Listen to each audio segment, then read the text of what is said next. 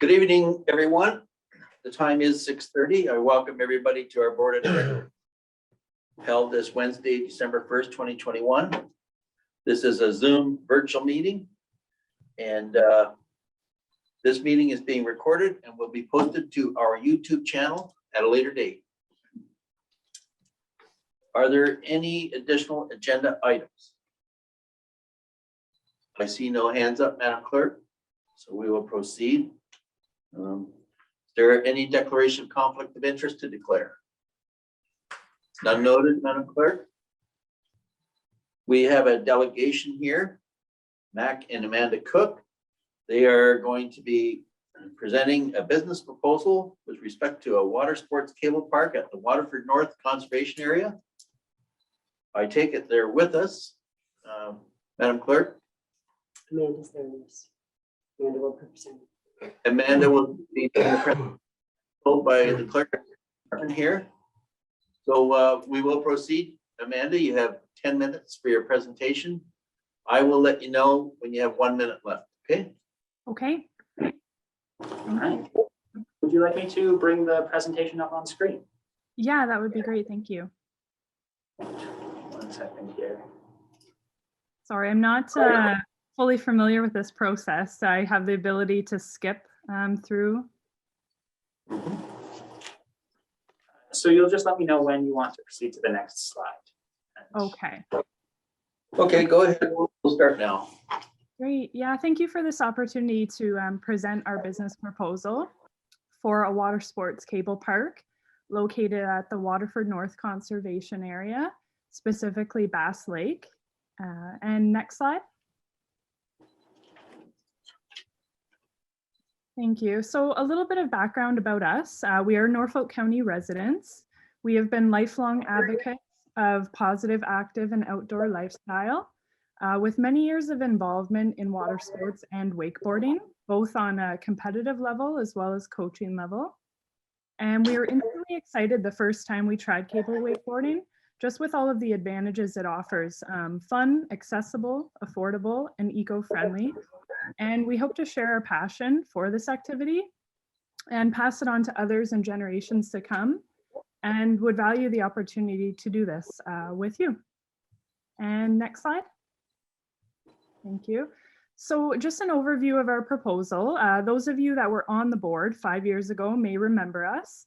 We went through this process and we were approved by the board of directors, as well as the Norfolk County Building Division with approved structure placement on site, and the legal agreements were drafted.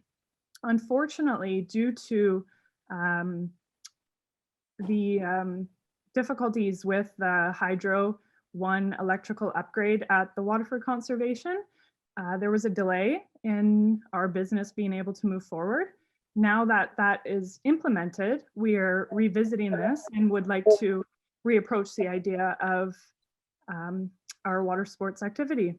Obviously, changes since then are COVID, or the global pandemic, but just to state, this is a single person outdoor activity, so it's able to follow safety measures, and similar businesses, cable parks, were able to successfully operate through this, even when other recreational sports were not able to. So something important to note. Next slide. Thank you. Our mission is to provide a unique water sports activity that is fun, accessible, and affordable for the community, as well as campers on site, offer exceptional services and experience in a safe, economical way while enjoying the great outdoors, and connect people to nature by offering a green form of recreation while supporting positive environmental practices. And next slide, please. Thank you. So a bit of background of what is cable wakeboarding specifically. It's an eco-friendly alternative to what people think of traditionally with boat or power watercraft sports. It is an electric cable system with a controlled overhead pull across the water, pulling a rider back and forth. This allows towed water sports, including wakeboarding, water skiing, and kneeboarding, and more. One participant at a time allows certified operators to focus one-on-one. And it is available for all skill levels, including beginners, as well as a large demographic of ages. We've seen people from ages 4 and up, and adults into their 70s enjoying this sport. It's globally growing and recognized on an Olympic level as a short sport as well. It's pretty effortless to use, to operate, and to maintain minimal maintenance with zero pollution and minimal footprint. And next slide. This is just a video so that you have an understanding demonstrating how this activity works. Yeah, if you could press play, thank you. So you'll see the first tow at the far end with the rider being pulled towards us. There are floating obstacles in the water for athletes that are able to progress to that level. And the rider carves around the corner. This is the tower one that would have the electric motor attached to it. And then you see the rider being pulled in the opposite direction. And that's a video just to demonstrate how that works. And the next slide, please. Thank you. So a map of the Waterford Conservation Park, and you can see the oval shape as well as the line, just demonstrating where we would like to put the structures, the buildings, and the cable line, really only using a small portion of the northeast aspect of the lake. So this is still allowing other passive activities such as fishing, kayakers, and other people that want to enjoy that lake as well, without, interference during our operational hours. And the next slide. So an overhead aerial view, again, of just so you understand a little bit more, not to scale, of course, but just generally of where we would like to place the structures. And the next slide, please.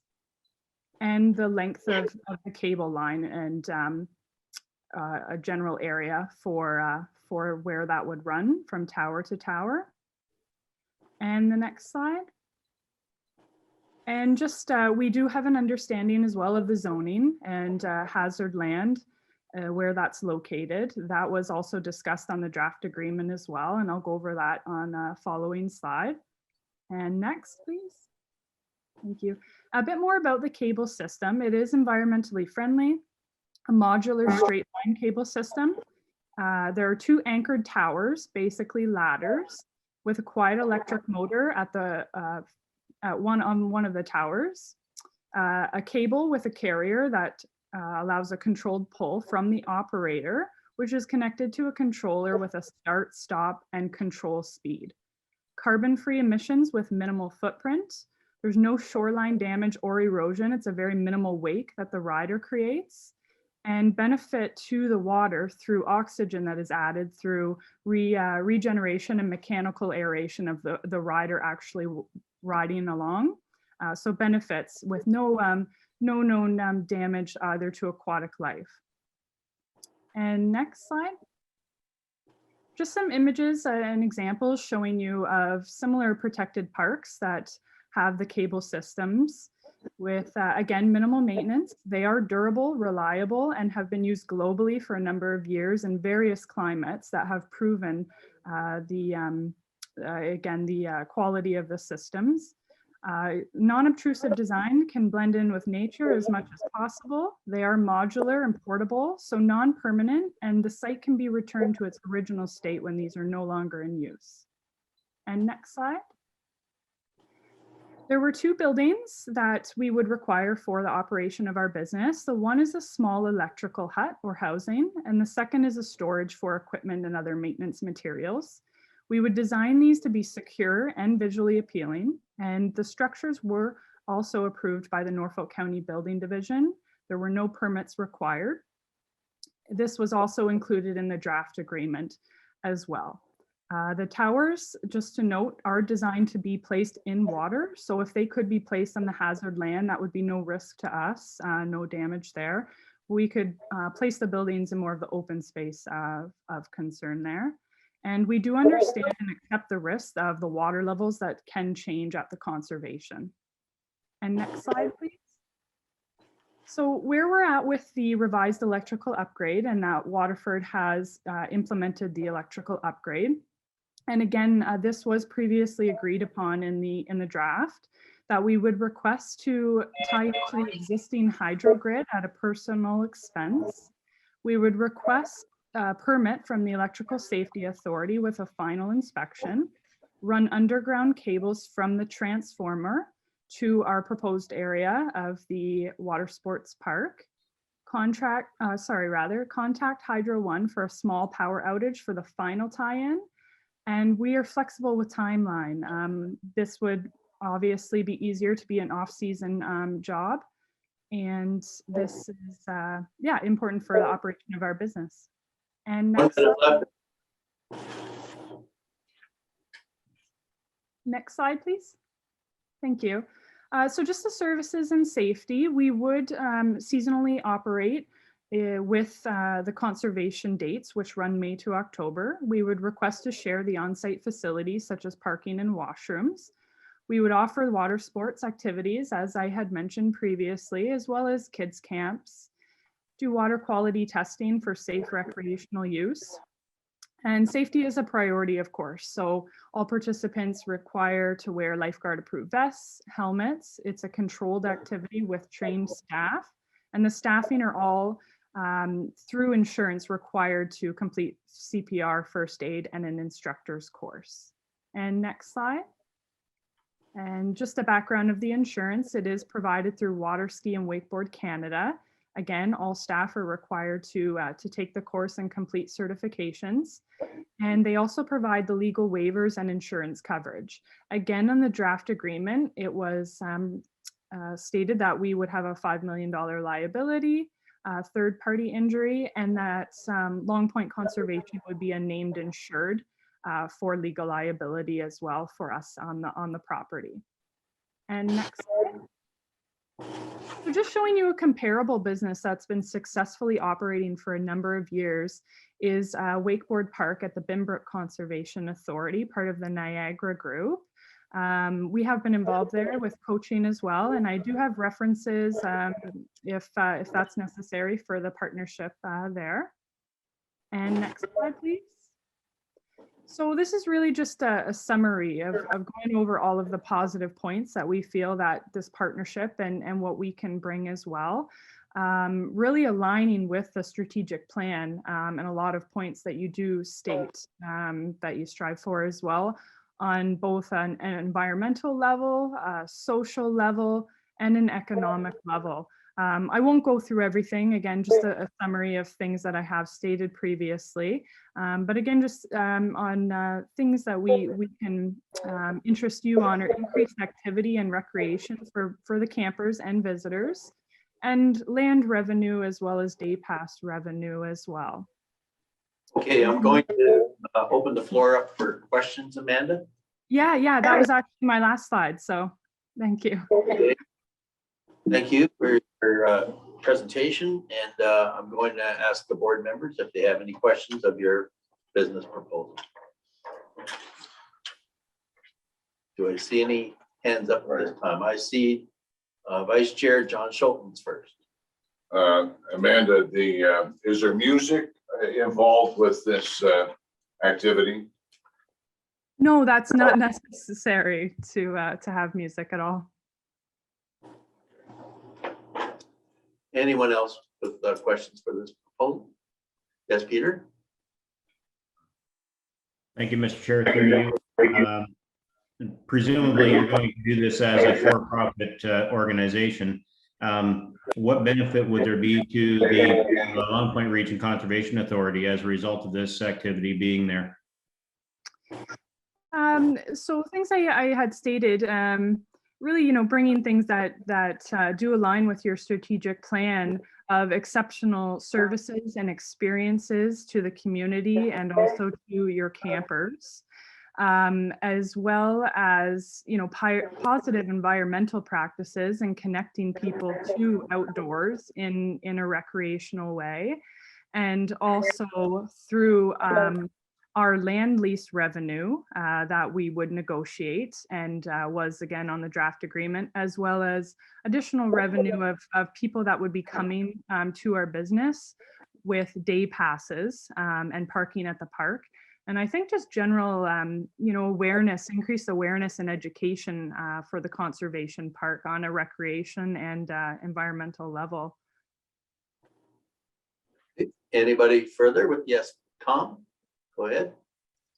Thank you, Mr. Chair. Through you to Amanda. Amanda, thank you for your presentation. It's very thorough, and I think you have a good idea there. Thank you. I'm just wondering, and forgive me if I missed this in one of the slides, but do people bring their own wakeboards, or do you provide that for them? So both. Of course, we would have all of the necessary equipment, both sporting and safety equipment, that we would provide, as well as coaching and instruction lessons. However, people that are involved in this sport often have their own equipment that they bring with them. So both are available. Okay, and Mr. Chair, just to follow up to that, Amanda, do you see this possibly putting any undue pressure or problems with the parking that's already at the park? I do not. We frequently are riding our bikes by the park and visiting the park, and even with the campers and prime season, I don't see parking being an issue. And again, that does bring revenue into the conservation. It's also just a wonderful location because youth and kids, which Waterford is a growing, family with growing, prevalence of young families, is also just a good accessible location that, kids could even possibly ride their bikes or walk there. So in ways that could reduce, parking, but there would still be a number of people that would come in with vehicles, but I don't see that being an issue, no. Thank you, Amanda. Thank you, Mr. Chair. Anybody else with questions? John Schulten again? To you, Mr. Chairman, getting back to this parking, you got to remember Waterford North is in a rural setting. I can't see a lot of people walking to it or riding a bike. So my question is to pinpoint a little bit, how many parking spots are you looking for? Because there's definitely going to be people riding by vehicle versus bikes or more.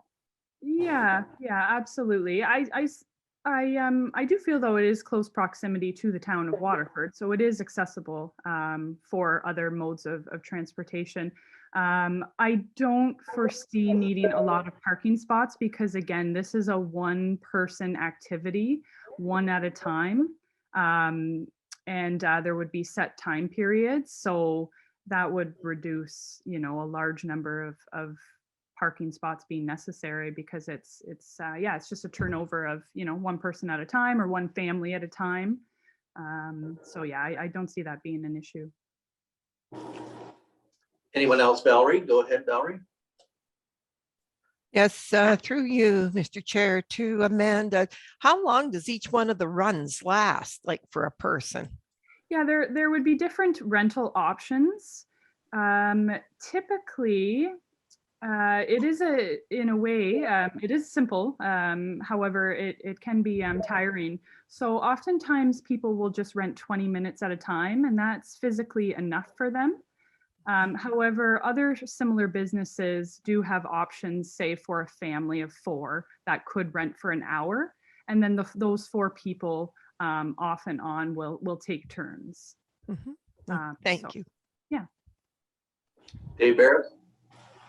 Through you, Chair. My concern is with risk management. What assurances do we have, that your insurance is viable for personal injury? And do you have any studies on risk management, i.e. depth of water at certain areas for safety purposes, rocks, people that could fall and break bones or crack heads or cause personal injury to themselves? Have you done a study on that particular area, that particular pond? Yes, yeah. So again, because we approached this business proposal about 5 years ago, we did extensive, assessment and investigation of the water itself. We would do that again, of course, as would the manufacturer who installs the system. And in regards, they also have specifications of water depth and such, which that lake does. It works with the specifications that's required, which is about 4 feet deep generally. And in regards to insurance, again, it's through Water Ski Wakeboard Canada. They have been operating for a number of years, decades, with various schools and similar businesses and water sports. Actually, the cable system that we are proposing is a much lower risk and liability of injury in comparison to boats, as you can imagine. Yeah, fairly minimal risk, and I am confident that the insurance and liability is sufficient. And again, those were drafted in the legal agreements, and they would have been reviewed by your lawyer, as we also had a lawyer as well. So both parties, going over that is acceptable. Well, with that said, if it's supplementary, Mr. Chairman, with that said, would you be opposed if we were to speak to our insurance liability people and have a risk assessment done on this particular project, if it came to that? Oh, sorry, was that a question for me? It was, yes. Oh, Would no, you be no. opposed to have a risk assessment done? No, not at all. In fact, I would encourage it. Again, safety is a priority, and I would be interested in a feedback from a professional on that level. Right, thank you. Any further questions? Yes, John, go ahead. Through you, Mr. Chair. Amanda, is it correct that you need three-phase hydro for this? Yes, that is correct. Luckily, my husband is an electrician, so he would be the one to answer those details. But he did mention that that wouldn't be a problem, and that he would contact, the proper people to discuss that further. Well, as you know, we had a big hassle Yeah, bring hydro into this park. yeah. Anyway, that has been a problem. Aware of all of that, and that they had to change the outline with Hydro One and other things. But yeah, he knows more of the details, and understands that aspect of it.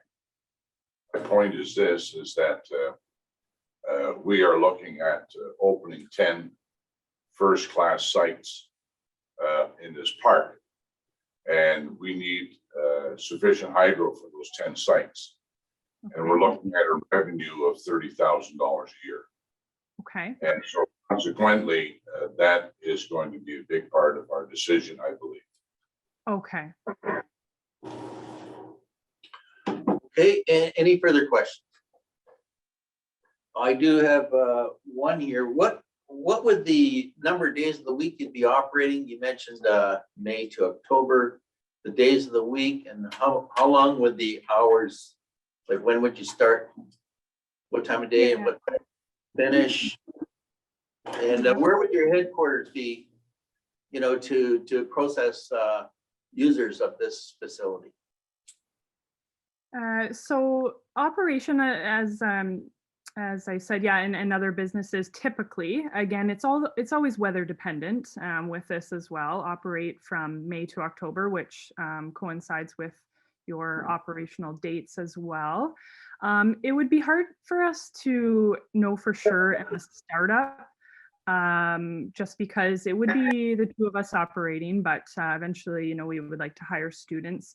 But initially, possibly on a Thursday to Sunday basis to start off, or just certain days that work for us, we'll try to make it routine. And again, other businesses typically operate from 11 a.m. to 7 p.m. Again, weather dependent and also daylight dependent. In regards to, I'm not sure if I fully understood your last question there of kind of our base or operation. Would just strictly be in that area. So you wouldn't have a building or what type of, would it just be somebody with a special kind of jacket on? We would have the storage building with all of the equipment and the staff on site that would have, you know, booked appointments or just be available with notices and just to be available for the public. Okay, thank you. My last question here is, you mentioned earlier, this is zoning on this property is hazard land. This type of activity may involve more than passive use, obviously. It's more recreational. Who would look after getting the property rezoned appropriately to allow this type of event to take place? Would it be the Lprca would have to apply to the county? Or would it be yourself? It would be a combination. So again, through the previous legal draft, we approached the Norfolk County Building Division. They were the ones that actually provided that map of the zoning and their suggestions. When I sent back the details of our structures, they approved them and also said that it was on the basis that you would also agree and approve the structure placement as well. So it's a combination, and we could go over those details. But again, they were previously approved, and we'd have more specifications. But we would be flexible as well of placement based on that zoning. I thought I saw our general manager's hand go up here. Did you have a comment on that, Judy? Just on the zoning, staff wasn't involved here at Lprca, so that we did not see the application that was sent, but the interpretation from the staff here for hazard land and PSW, that staff would be able to support this activity in that area based on that. And this is one of the areas that was not reviewed with staff in the past. And Amanda was correct. Didn't seem to be an issue, but it was an area that staff was not involved in. And they should be involved in it for sure. Okay. Anybody else with a question here to the presenters? Peter, go ahead. Thank you, Mr. Chair. Kind of a two-part question. The first part for Amanda, the second part for someone on staff, I would think. First part being, Amanda, what would be the electrical requirement in terms of load for the equipment that you propose to install there? And then the question to staff, once we have Waterford North fully developed as far as we would like to go, is there any excess electrical capacity, or are we going to be shorting ourselves if we allow this proposal? Okay, I'm gonna bring my partner in here for your electrical question. I'm sorry, do you mind repeating the first part about the load? I got it. Yes, I'm curious to know what size of motors would have to be powered for this project and what the demand would be. So we would request a 60 amp service, single phase. We would add a 3-phase system. It's called an add-a-phase system, which would give us our third phase. And the cable would operate at most 10 amps. It's only a 5 horsepower motor. And you need to understand that it's not a continuous load. The load on the cable is only when there's a rider that's up and actually riding. And depending on if it's an advanced rider or a beginner rider, an advanced rider could ride for 5 minutes. A beginning rider could ride for 5 seconds and lay in the water for 5 minutes, get up for 25 seconds and fall in the water for 2 more minutes. So it's not a continuous load. It kind of picks up and then it drops out, obviously, as the cable stops. Thank you for that, and I do recognize that. At the same time, I would comment that peak demand is always when a motor starts rather than when it's operating at normal levels. So the more starting and stopping that occurs on a system like that, the deeper the draw is going to be on the whole system. That is correct, but you, the motor is on a variable frequency drive. So basically it's basically a soft start. So the motor spins at 5 RPM at the start.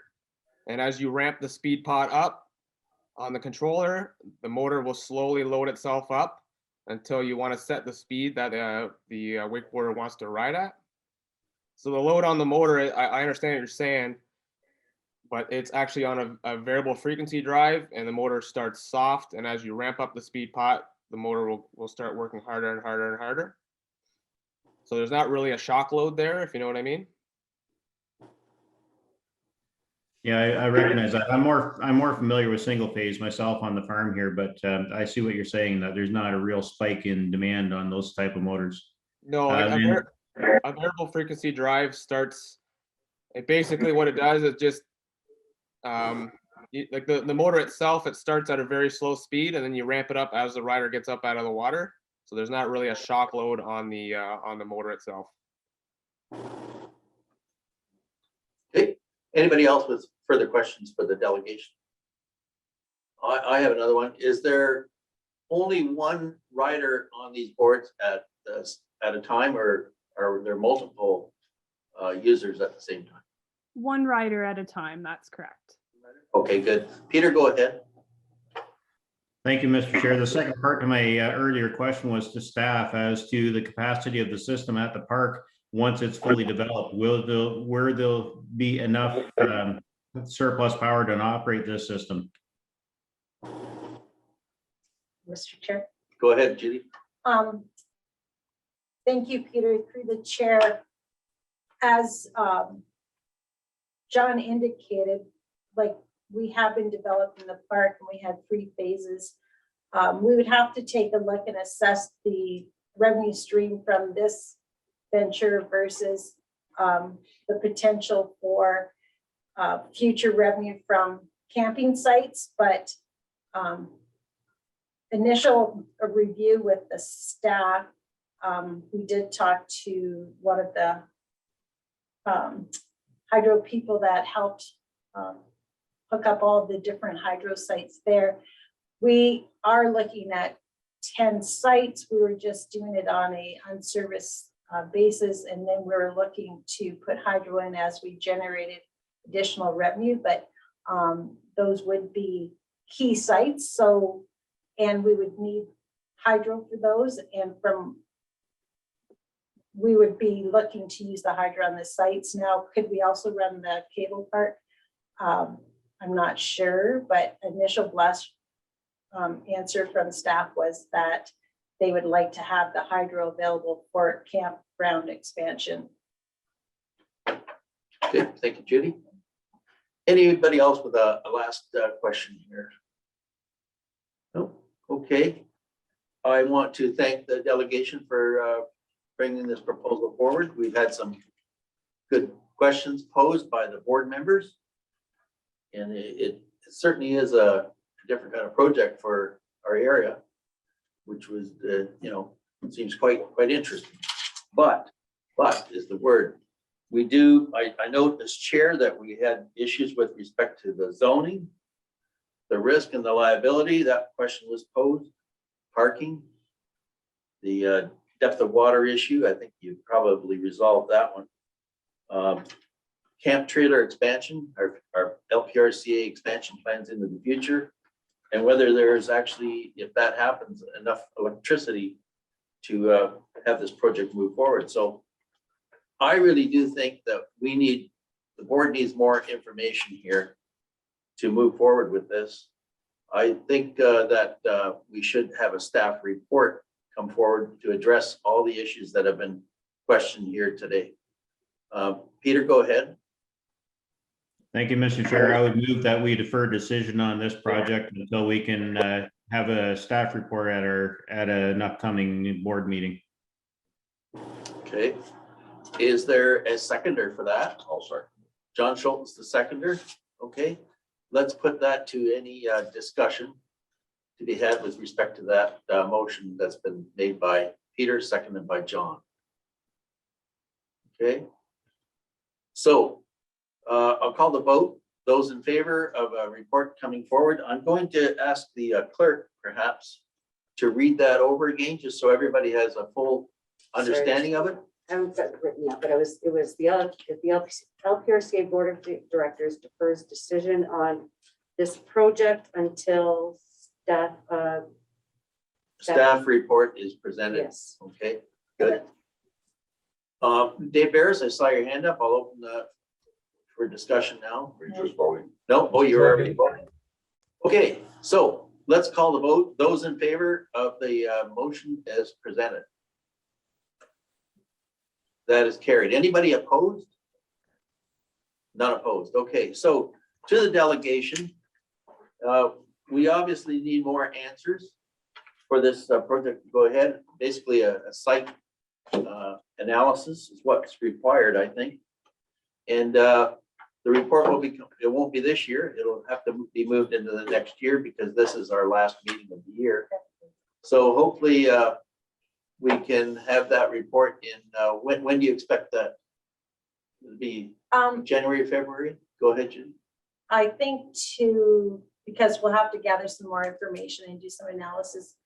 The first meeting of the year is January 5th, which I think would be a bit early to have a full report. So the next meeting would be February. Dana, do you know the date? Yeah, I think it's the the 6th. 18th. No, I think it's the first. It's the No, no. first. 18th, the audit meeting. No, March 4th. I'm sorry, February 23rd. Is it the second? February 2nd. February 2nd. Okay, so to the delegation, we will try to have that report back here to the Board of Directors on February the 2nd. Okay. And again, thank you for your delegation and presentation. And Thank you. you're welcome. Appreciate the time and opportunity. And of course, if there's any more specifications or questions that you have, feel free to ask, and look forward to hearing back from you. We will. Thank you very much. Thanks.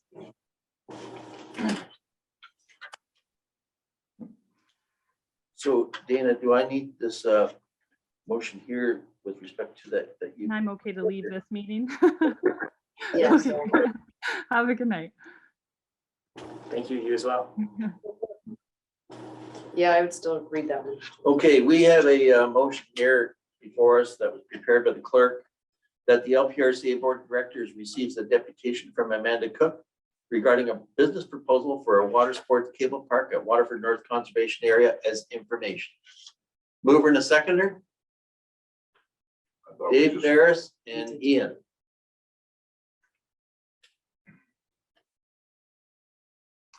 Those in favor of the motion as read.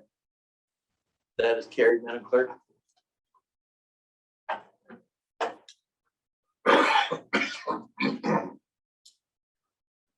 We'll now move to minutes of the previous meeting.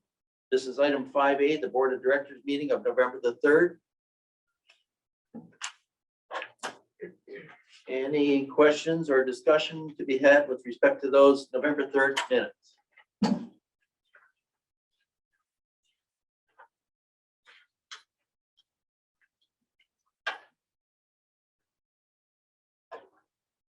Don't see any hands up, so we'll move in a seconder for this motion that the minutes of the LPRCA Board of Directors meeting held November 3rd, 2021 be adopted as circulated.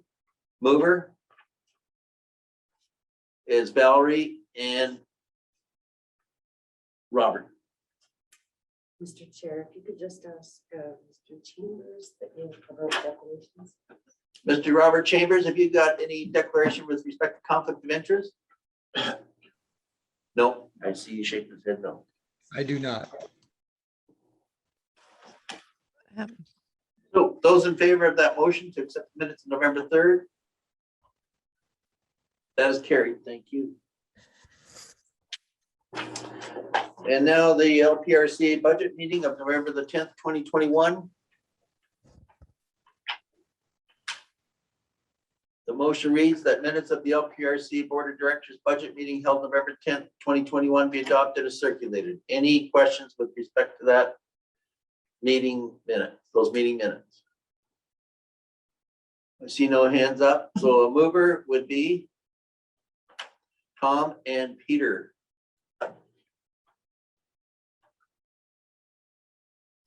Those in favor of the motion? That is carried. Thank you. Business arising from the previous minutes, there is none. In review of committee minutes, this is the Bacchus Museum Committee held on September 20th, 2021.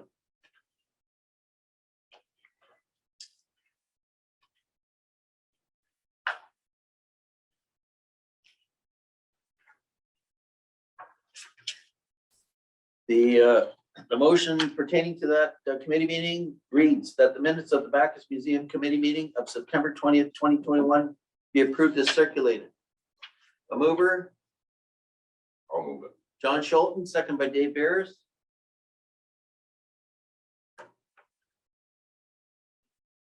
Those in favor? That is carried. Thank you.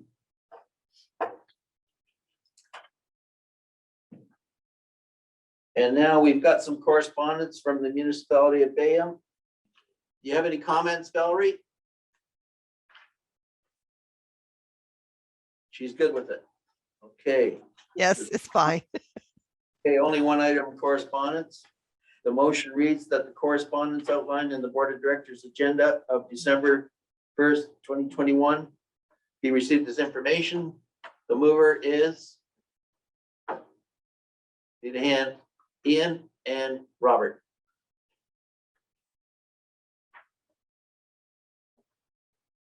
Those in favor of the motion?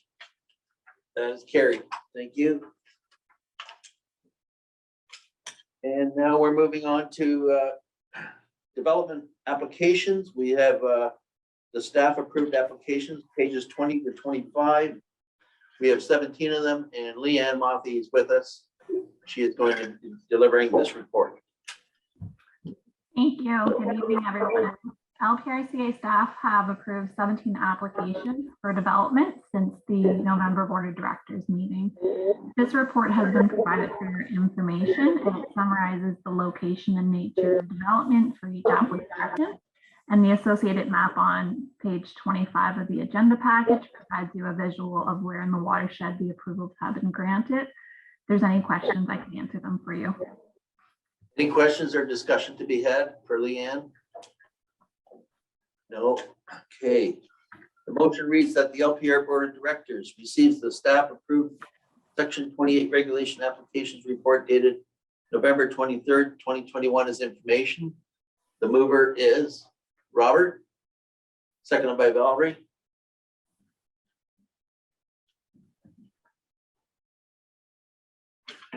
Those in favor? That is carried. Thank you. And next, we have the board, the to-be board approved applications. There are 2, plus 1 has been added today, I believe. Right, Madam Clerk? And so that one was received today through your email system. And are there any questions? Or Leanne, I'll call on you first. Okay. Thank you. So Lprca staff are recommending approval of 3 permit applications. As the chairman pointed out, 1 had just been considered complete as of today, and we wanted to kind of do our best to have this recommendation come forward so they can move forward with their plans. Staff are recommending approval of the relocation of a water course, the rehabilitation of a bridge in Norfolk County, and the construction of a new vacation home in Turkey Point. If there's any questions, I can answer them for you. Any questions? Yes, Peter, go ahead. Thank you, Mr. Chair. Through you, I haven't had a chance to view the 3rd application. Could we just get a thumbnail sketch of what that is?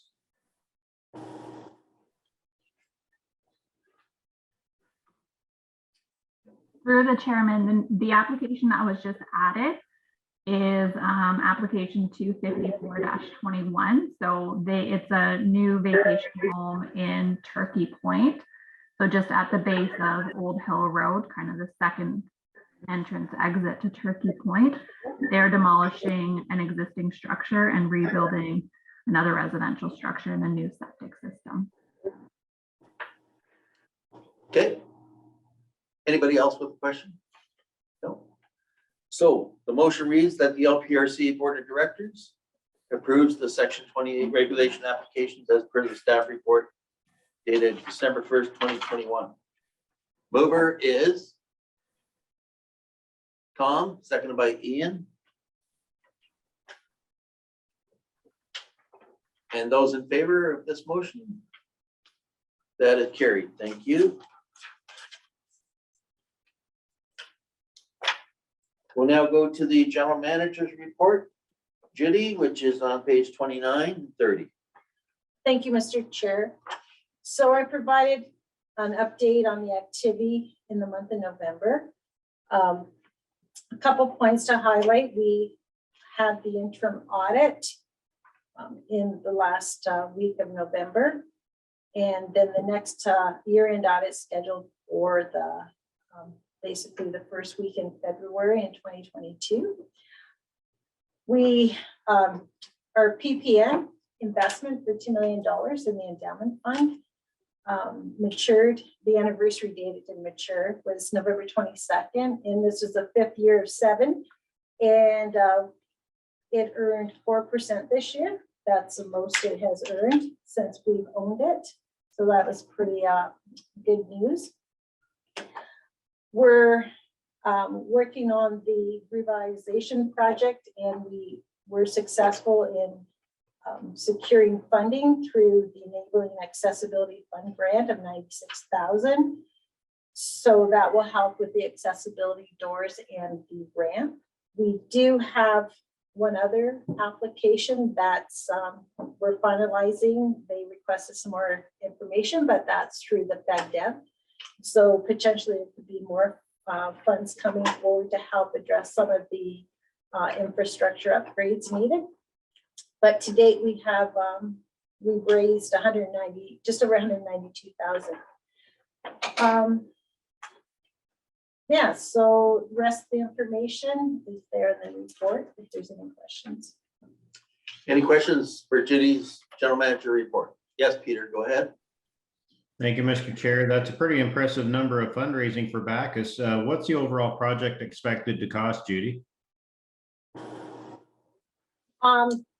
We had a project total of around $200,000, but we are still fundraising. If we are able to secure more funds, we'll be able to just do more items like improving we're hoping to be able to improve the lighting and we'd be able to do more upgrades in the facility, but we had put it originally at 200,000, which would do the project, but additional funds would just add the extras to the project. Okay. Anybody else with a question or comment? Yes, Valerie. Go ahead, Valerie. I got to get unmuted first. I couldn't find it. Sorry. Through you to Judy. So the cost of the project was 200,000. When was that? And is there an increase since the pandemic has made everything go screwy, to put it bluntly? Through the chair to Valerie, that's a great question. We are just in the fundraising stage. We are looking to actually scope the project and get ready to prepare some RFPs for the various work. So you're right, things have gone up, certain building items and things. So we'll be doing that detail within the next couple months. And then we'll be into construction next year, hopefully, if we can get the RFPs out and secure the work to be done.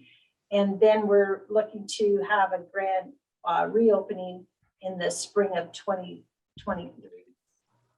So we will be, obviously having probably to tender some of this out, and that's where we'll see what the numbers are.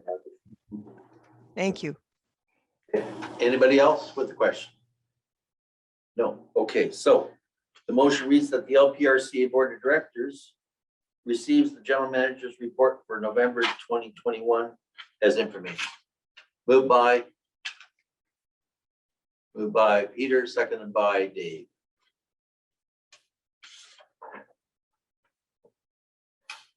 Call the vote. Are those in favor?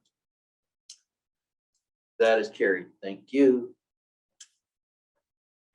And now we'll move on to the transition plan report. Judy? Thank you, Mr. Chair. So the transition plan report that's in front of you is to give the board information regarding the plan that LPRC is required to have as per the regulations. So there's a report, and then attached to the report is a transition plan that we would plan to circulate to the municipalities and also post it on our website. There's not a lot of meat on the bones yet. This is really regurgitating what's the requirements in the regulations. By February, the end of February 2022, there's a requirement to have costing done, an estimate based with assumptions and for all the different services that we provide. That's required. We have been going through our accounts and different items in our general ledger, and we'll be bringing forward a report to the board. And just with the timing, because that's quite an undertaking for staff to do, we would like to have a special board meeting February 23rd to review this with the board, all the programs and services, and review the costing. And this is also required to be sent out to the municipalities prior to the end of February. So our vision was to have get the work completed, have a board meeting, have the board review this with staff, have some good discussion, and then it would go out to municipalities and be filed with NECP by the end of February. So that's actually in the transition plan, that date for that meeting. And then also everything has to be wrapped up by January 1st, 2024.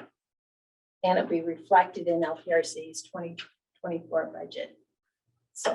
Okay, thank you, Judy. Any questions to Judy about this transition plan? Judy? So the motion reads that the LPRCA Board of Directors receives the LPRCA transition plan report as information. There's no further discussion to be had. I need a mover and a seconder. I'll move it. John Schultz, the mover, and Tom's the seconder. Call the vote. Those in favor? That is carried. Thank you.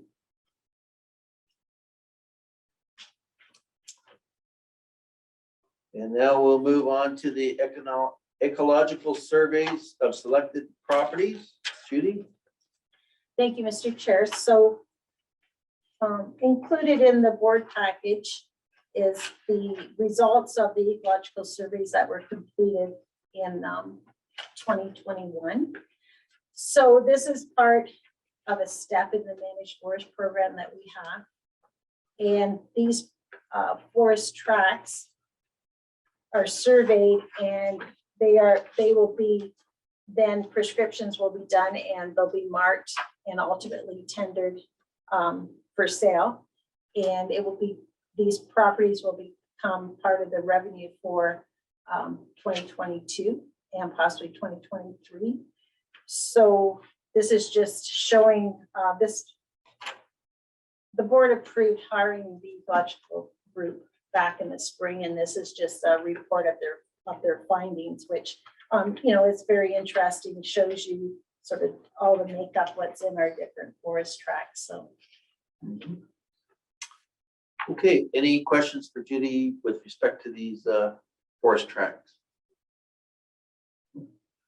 Okay, I need a mover and a seconder for this one, that the LPRCA Board of Directors approves the recommendations contained in the report submitted by Natural Resource Solutions, Inc., titled Long Point Region Conservation Authority Ecological Inventories for Significant Plant Species and Vegetation Communities at the McConaughey, Abbott Townsend, Blomart, Culver, Wintermute, Harris Floyd Block 3 tracks. The mover is Valerie and seconded by, we need a seconder, Ian. Thank you.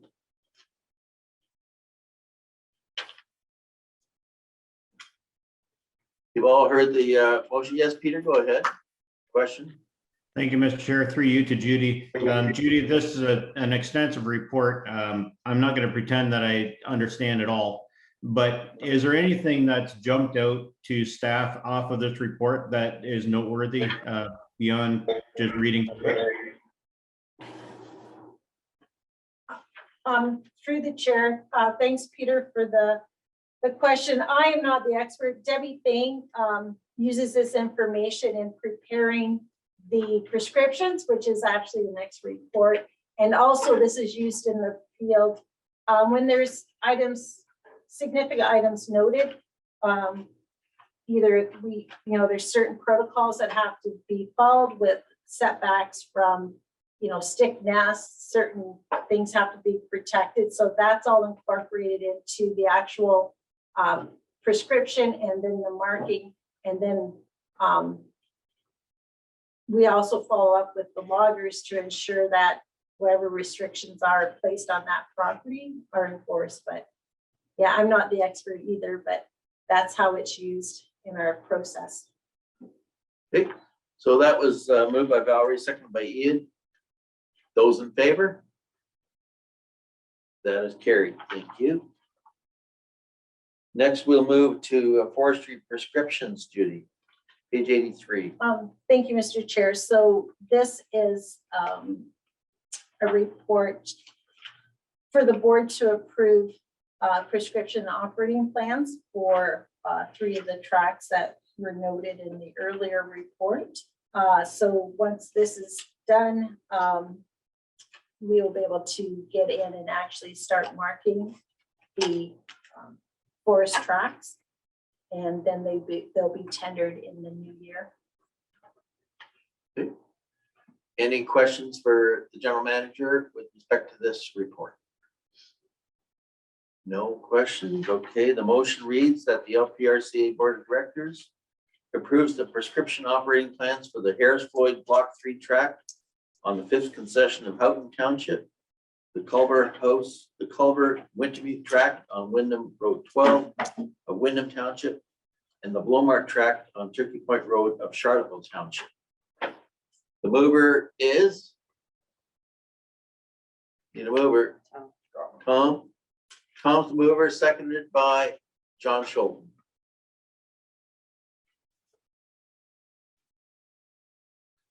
Those in favor of the motion? That is carried. Thank you. And now, Judy, you're going to report on the 2022 meeting schedule. Thank you, Mr. Chair. So this is the proposed meeting dates for 2022, just for information for the Board of Directors. This will cover all the meeting dates for next year. Okay. Any questions with respect to that short report? No questions, comments? Okay. What's that? Oh, Dave Barris, sorry. I Dave. have a question. I'm looking at the budget meeting of November 9th. Next year, Judy, is an election year. And we elected people go on what we call a lame duck status. Are we qualified to do a budget meeting at that time of year? I mean, the election will already be taken place, and some people may not be running for another term, nor will they be may not be reelected. And we'll know by that time what's happening. Should maybe the budget meeting be moved? There's plenty of time. Should that be moved into an earlier date for that purpose, or what's the history of budget meetings? Maybe we should have that investigated to see whether we qualify to do a budget. Now, mind you, the budget's not really approved until January, is it? Okay, I'm Judy, thinking on my feet. please will chime in here. Through the chair, thanks, Dave, for the question. So we have done some research, and Dana actually looked into that. And the way, I guess maybe Dana, do you have the exact wording there? No, it's from the Conservation Authorities Act, but it basically states, it's right out of the Conservation Authorities Act, and it basically states that we basically have you until your municipalities make the decision as to who is your replacement. So your term is covered. The appointments from your councils cover the Okay. term. And then in the CA Act, it says you can perform your duties until you have a replacement. Okay, that's fair. And actually, the budget is not really approved until the following January, correct? It's just presented. It's not approved until the following January.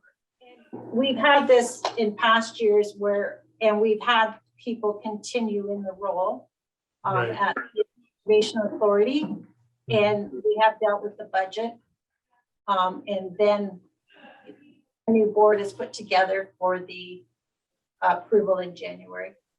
Okay, I just didn't want anybody coming back on us and saying that, we're not qualified to be making decisions budget-wise if we don't have the status to do so. But I think you've answered my question. Conservation Authority would be all over that, or I'm sorry, Conservation Ontario, and they would maybe assure us that that what we're doing is the right thing. Okay, thank you. I just wanted to ask that question.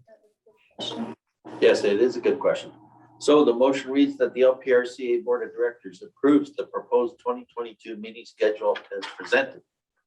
The mover being Dave Barris, seconded by Peter.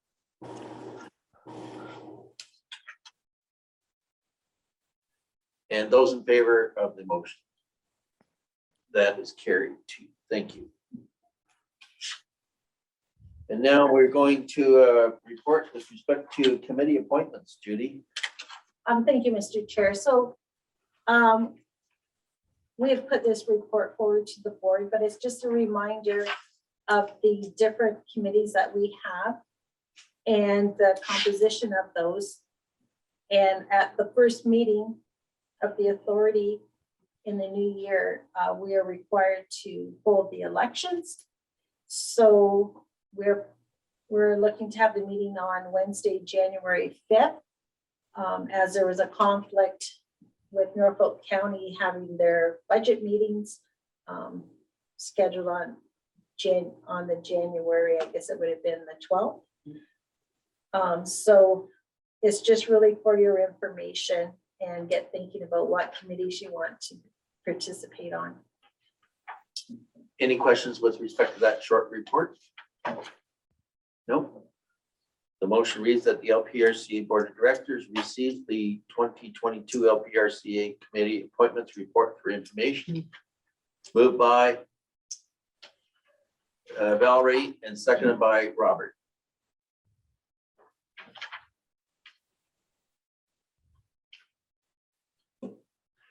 And those in favor?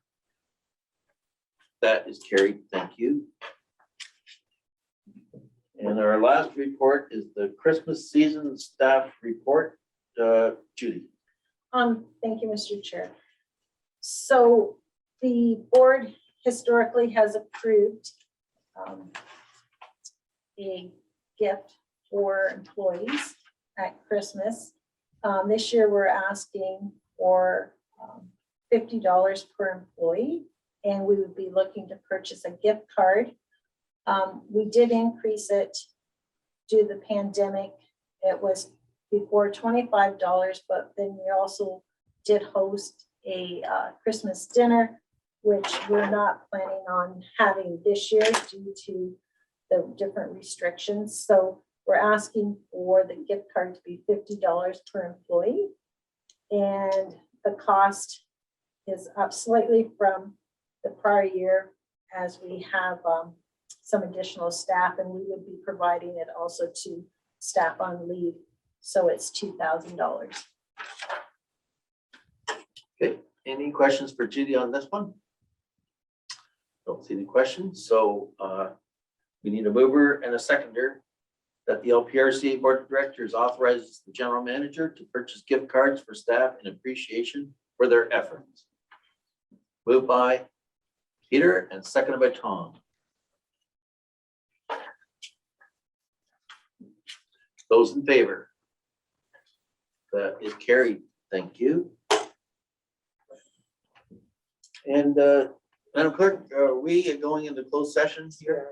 Please, just to get minutes passed. Okay, to get the minutes passed from our last closed session amendment here of September 1st, we will have to go into closed session. So that concludes our meeting for today, and that concludes our meetings for the whole year 2021. It's been a very interesting year, as you all have experienced. And I just want to give a great big commitment to our board members and our staff, especially our staff, for running an efficient and effective operation here. There's very few hiccups. We've got some real good talent on stream right now. And Judy seems to be able to handle things quite well, despite the fact that we've got COVID to deal with. And just want to wish everybody a safe and happy holiday season. Merry Christmas. Yeah, very Merry good. Christmas to everybody. Same to Mr. Chairman, I'd like to thank you for your leadership throughout the past year as well, and the vice chair as well. Well-run meetings, well organized. I've appreciated being part of this group for this year, and thank you for that. Yes, thank you, Mr. Chair. Thank you very, very much. Thank you. Okay, we'll see you next year. Merry Christmas, everybody. Bye now. Yeah, stay safe. Bye.